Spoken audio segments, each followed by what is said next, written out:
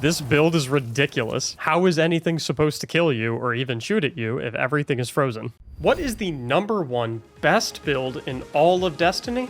I came up with a simple plan to find out. Each build will be tested in a raid, Grandmaster Nightfall, and solo dungeon, receiving a rating for its DPS, ad clearing, survivability, and utility-based capabilities for each activity, all while showing you how to play it to perfection. The builds will have a static core foundation of a subclass, 2 aspects, and an exotic armor piece, while the fragments, mods, and weapons that will be shown before each activity can be tweaked to maximize the build's effectiveness in each respective environment. At the conclusion, the scores will be compiled and the build will be placed on a leaderboard against its peers, showcased in past and future iterations of this series, all of which you'll be guaranteed to see if you subscribe right now. So what is the best build in Destiny? Let's find out.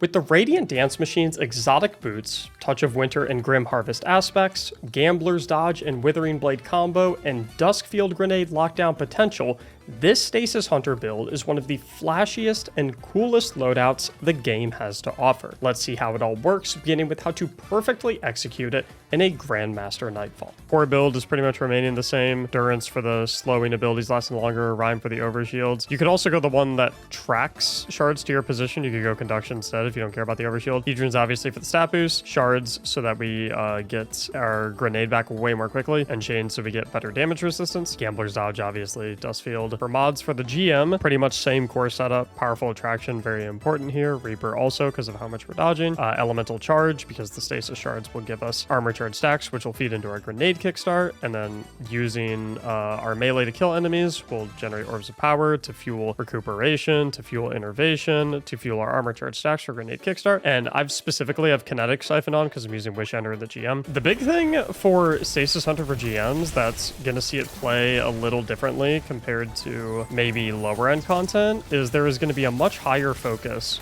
on grenade usage because it's a lot harder to get close to enemies, a lot more dangerous. So focusing on grenade usage is going to be a lot more important. We can still, figure out situations where we can get a lot of dodges off, freeze every single enemy. It does require you to play cover a lot for the most part. It is a little bit harder to execute, and I'm just trying to keep him slowed. And then obviously we want to back it up here and kill these turrets off the skips. And we ran out of our Radiant Dance Machine's timer, but that's okay because we have bolstering detonation, which is really nice because it'll tick twice for every Dustfield grenade, assuming an enemy's in there. Which, boom, now we have our dodge back. Easy as that. And then we can get involved again and start hurling away. And the nice thing about this thing is this build is absolutely beautiful in GMs because there is no champion that you don't counter in GMs. Barriers just freeze before their shields can go up. And overloads obviously get stunned when they get slowed, and unstoppables get stunned on shatter, which is when you deal damage to an enemy after breaking it out of freeze. So right there, boom, just hitting that guy with the grenade freezes him. Or it slows him, rather, and instantly gives us a nice little champion freeze situation. And then from here, we should be good to just continuously spam all of our abilities on this guy. He'll continuously get frozen and stunned from being inside the Dustfield grenade, unable to be touched. So here, I want to try and get back in the little cubby that is safest for this room. So we're going to go ahead, hit our dodge. Hopefully we weren't able to get a kill before our Radiant Dance Machine's timer ran out, but that's completely okay. We'll just kind of hang back here. It's a very safe area while we get that timer back. And of course, bolstering detonation will help us get that back. Throw a grenade. Doesn't even matter if it's really killing the enemies as long as they're sitting in it. Look at my class ability. It'll just randomly tick up just like that. And we're good to go. And I don't really know what's going on here, but I'm just going to throw a bunch of shurikens until everything's frozen. And it's a really fun thing about this build is you don't really have to see the enemies. You can just kind of hurl a bunch of shurikens at them and ta-da, everything gets frozen. So I'm going to try and prioritize getting my grenade on that servitor. And see, even if it gets its barrier shield up, it just instantly gets frozen. And look, I pretty much already have my grenade back as well. But like I said, the focus is going to be a lot more on the grenade for something like this. And remember, you don't have to get kills with the melee to extend the duration of your multi-dodge. You just have to get kills of any kind. Okay, so we have some champions up. Get a quick little grenade on him. This is kind of a weird angle to take him at. But I'm just going to keep throwing shurikens at him, freezing him. Easy peasy. He's not really able to do anything to us. And then we'll get another Dustfield grenade on him.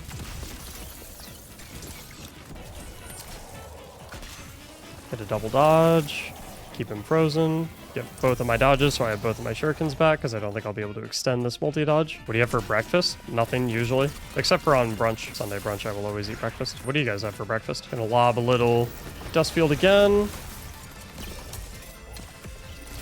And unfortunately, I popped my dodge too far away from those captains, but ultimately it didn't really matter because I threw my super at them, my Dustfield grenade at them. They're all frozen and they die. There's nothing they can do. And we are just going to slowly but surely chip away at all these guys. I'm going to try and get into the room real quick. And I'm going to lob a Dustfield grenade way back there to try and tag up that overload captain. And I see that I stunned it in the chat, which is perfect. And now we're going to try and get our RDMs going. So I'm not really going to focus the captain too much because I want to focus on throwing stuff at enemies I can kill. Unfortunately, I ran out of my RDMs though, but it's okay because I have so much grenade regen, I have so much ability regen that I can just freeze absolutely everything. Chuck my super right there, everything's frozen. I mean, this build is ridiculous. How is anything supposed to kill you or even shoot at you if everything is frozen? Get our little grenade down there. And then, of course, that servitor is unable to put its shield up while it's in our grenade. And unfortunately, our grenade's gone now, but what's that? We have a new one back right away, thanks to Whisper of Shards. We just get everything back so quickly. And now, we're going to proc our...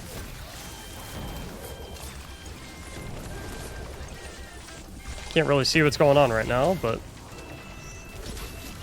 Needless to say, all of the captains are not able to move. This, okay, I might run this build the entire night.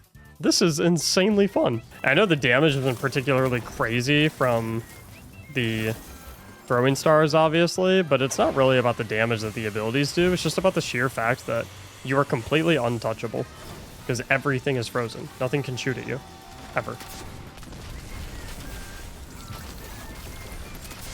And the nice thing about this area is there's a lot of shanks that are going to be really easy to one-hit, so it should be pretty easy to maintain multi-dodge. Okay, so I want to get my teammate up, so I'm actually just going to kind of like pause the fight by freezing that barrier servitor and just get the res. That way we don't have to worry about the barrier servitor regenning at all, and we can still get our teammate perfectly fine. And of course, my grenade's already back up. Beautiful. Just toss a few rockets into that bad boy. And then got some shanks pushing us, so just go ahead and make what's basically a force field. I mean, can't really kill you if they aren't able to get to you because you're inside of a snow globe. And I need to be a little more careful with my Dustfield grenade. Perfect. I didn't want to throw it at the servitor and have it just completely miss. And then now, I think I'll open with a rocket and then we'll go super. And my rocket missed. But that's okay. Hit him with little stasis ice picks, bunch of supers. Yeah. Yep.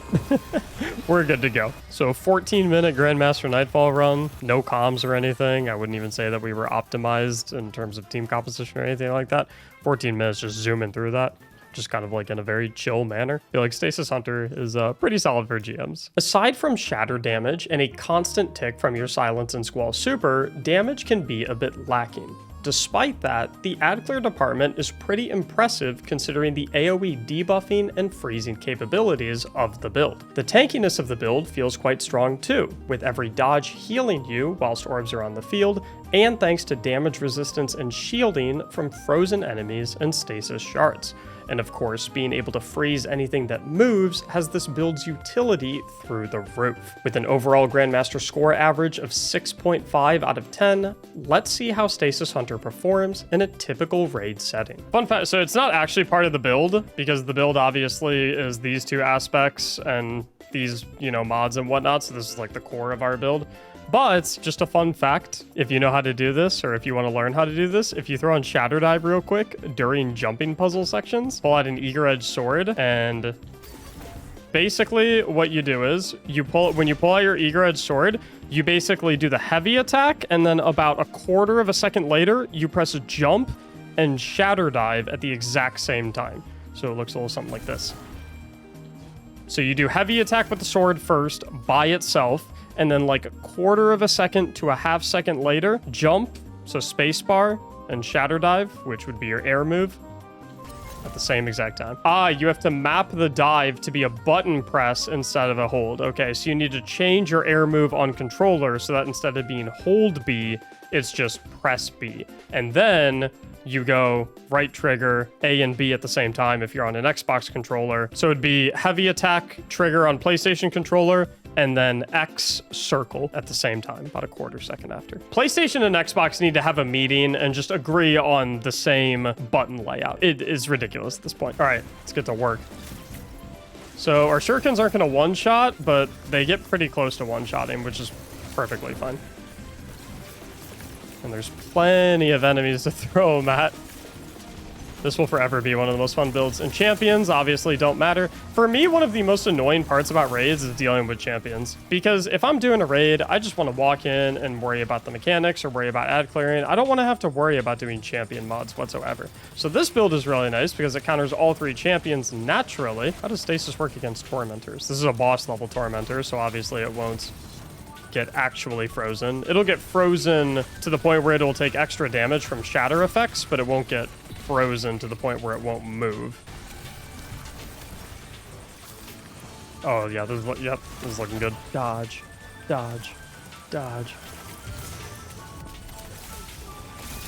And I know a lot of people, so I've been getting a lot of questions about, hey Mac, what about Grim Harvest for this build? Not Grim Harvest, sorry.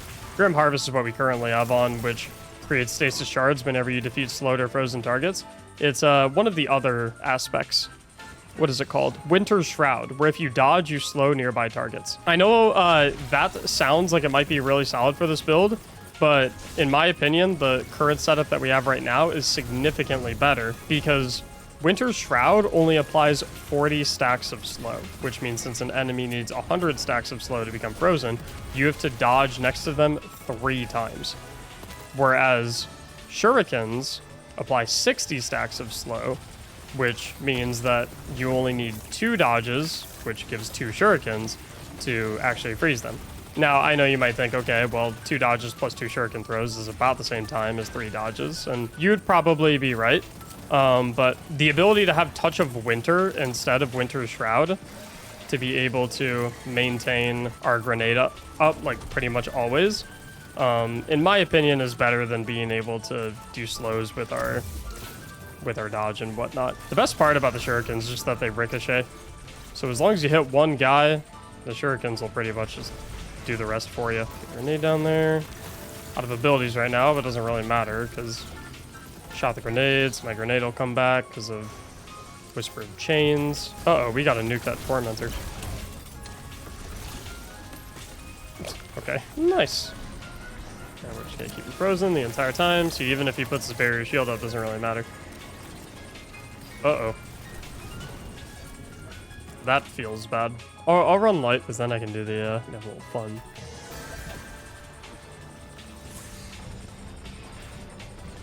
Obviously not part of the build whatsoever, but just to illustrate how fun, it's called shatter skating, is.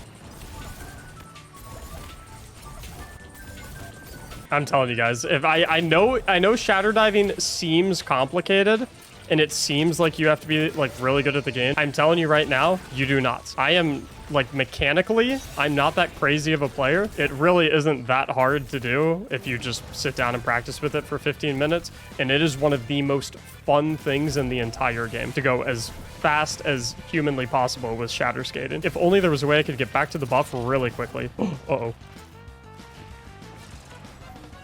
Okay, we're gonna use the squall to keep me airborne so that I can drift towards the platform and mantle it. That was the plan there. I love this too because as long as we're continuously generating orbs and dodging, we're just staying full heal permanently because of recuperation. So boom, eat that orb. So we're allowed to play up here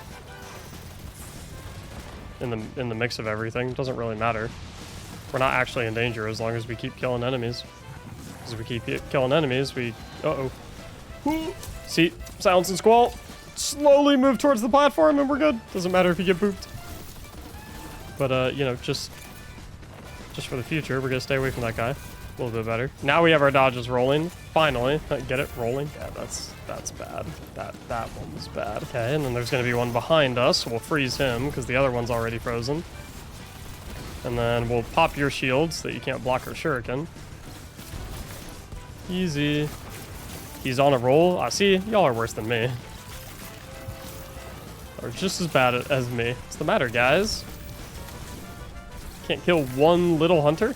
Yeah, but see what I mean with my HP bar? It doesn't really matter how much damage I take. Because every time I kill an enemy and then hit a little roll, full HP. Wow.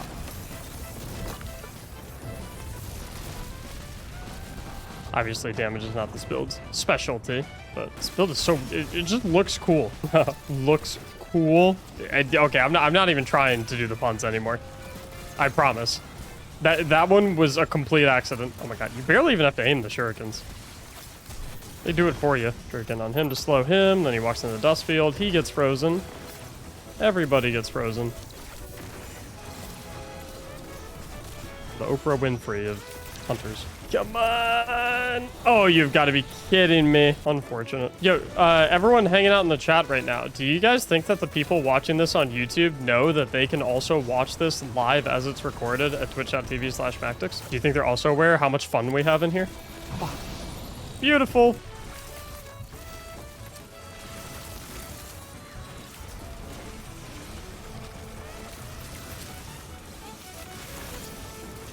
Dodge, dodge. Uh-oh. Excuse me.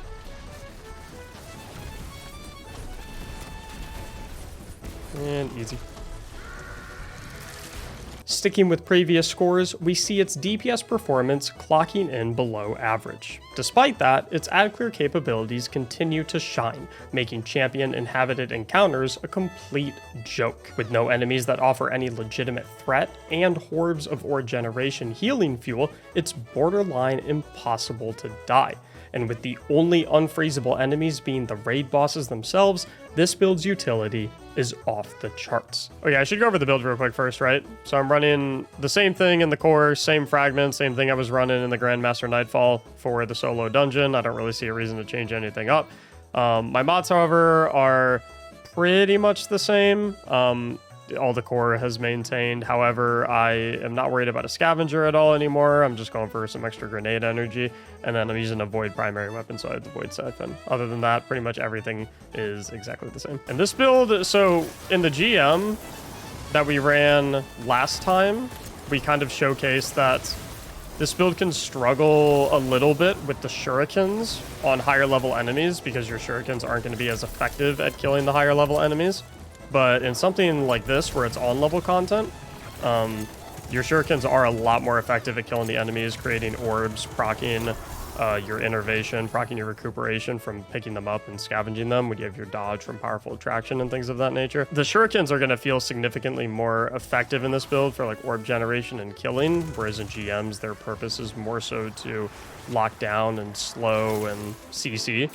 Well, I mean, this build is still very focused on CC as well, but it's way easier to kill stuff, obviously. And it's nice, too, because since everything is pretty weak, you can toss your shurikens at the tankier enemies, and it'll just ricochet off the tankier enemies and bounce around and kill all the weak enemies, so you can pretty much focus exclusively on the tankier enemies and pretend like the weak enemies don't exist. Obviously, these are boss tier enemies right here, as indicated by the little, if you look to the left of his name, as like the diamond. Enemies with the diamond are boss tier enemies, and boss tier enemies cannot be finished. They're immune to suspend, they're immune to freeze and slow. And oh, another thing, so my keybinds are kind of messed up right now. I'll show you all what I mean in a sec, but you'll notice that when I get too close to an enemy, even if I have a melee charge up, I punch them instead, which is not really what we want. We pretty much want to always throw a shuriken. There's never really a situation where we want to punch an enemy instead of throwing a shuriken at them. The way we fix that is we go into our settings, and you can do this on controller too. You just go to controller, and on your button layout, you click on custom.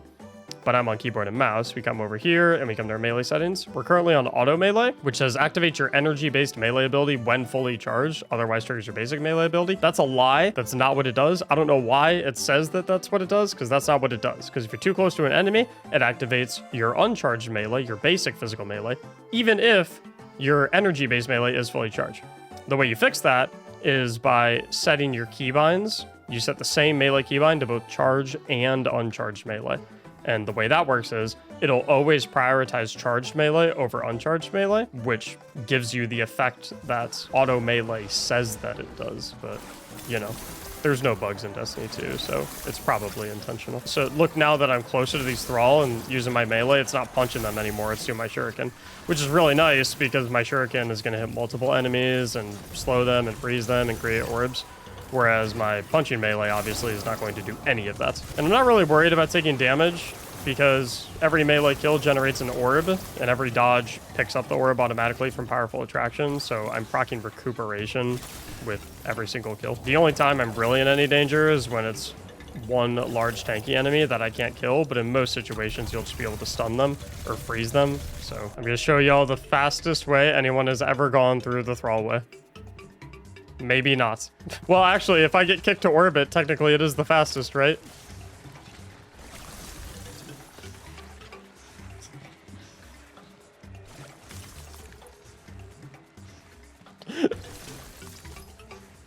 Okay, obviously there's faster ways, but this is the most stylish way to get through. Go.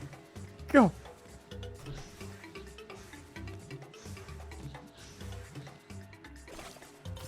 No, it ran out. It's okay. I ran out of the Thrall to hit because I dodged past all of them and the spawns couldn't catch up. Yeah, I mean, honestly, does it really matter if a build is good or is effective at killing enemies or does a lot of DPS? No, I don't really think so. All that matters is that the build looks cool. When your friends are watching you fight enemies, when they die and you're the last one alive, all that matters is that you look cool. If you look cool, it doesn't matter. There's a line from a TV show. I can't remember what specifically it's from off the top of my head, but someone says, well, I think cool is its own form of currency. And I wholeheartedly agree. Two optional strategies here, right? Strategy one is to just do a loop around, avoiding all the wizards, but cleaning up all the trash mobs. And then you do a second loop around to kill all the wizards.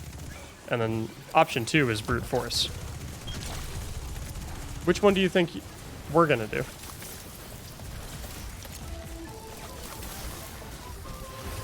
That right there should tell you. Okay, we have orbs on the ground, so we can just dodge to proc our powerful attraction, which picks up the orbs, which heals us, and then start getting our melee kills to generate orbs from heavy-handed, which will, of course, heal us, give us more grenade energy, all the good stuff. And I'm gonna sauce a few shurikens over there for good measure. Oh, my petition's mark is almost gone. Not even close. I wasn't even worried for a single second. Were y'all worried? Because I wasn't worried. Kill that guy. The wizards actually hurt a good amount. And I'm next to my stasis crystal right now, which means I am safe because I have my resist. I don't know what's shooting at me from over there. We're going to get our health back up. A little health regen action. Hit the extinguish. And then we're going to kill all of this guy's darts. And I forgot to reload my Izzies. Although, I feel like it's not going to matter. It might matter. Admittedly, I did not spec a DPS loadout for this. I'm fine for that to hit me, but I can fish ray rocket. If I had an Izzy shot loaded, I think I would have been good.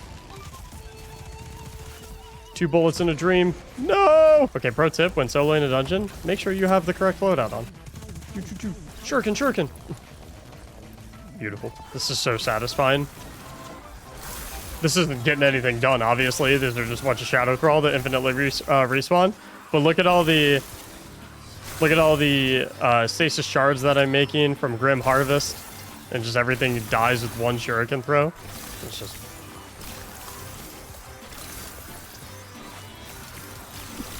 look at the kill feed. Look at all the orbs being generated. It's just kind of funny. You see all these pretty little things that give us armor charge stacks and give us overshield from Whisper of Rhyme. I'm like Pac-Man right now. Yeah, if you want to feel like Pac-Man in Destiny 2, this is the build you run. I'm going to fire off a little rocket there. Don't forget to load Izzy Shot. Thank you. Perks of streaming. You have people that remind you what to do. And then we should be able to just use our shurikens to kill every single scion. And then these guys obviously don't take too kindly to being frozen. Freeze ain't gonna work so well on them. But we're gonna use the majority of our rockets to just kill these guys, because I think my Izanagi's will be pretty much all that I need to drop the boss. I don't really know where the knights have gone. Found them.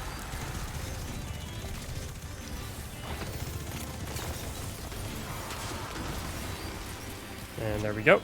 There's our triple finite thought. Boom. Didn't do as much damage as I thought it would. You know, I'm curious about something.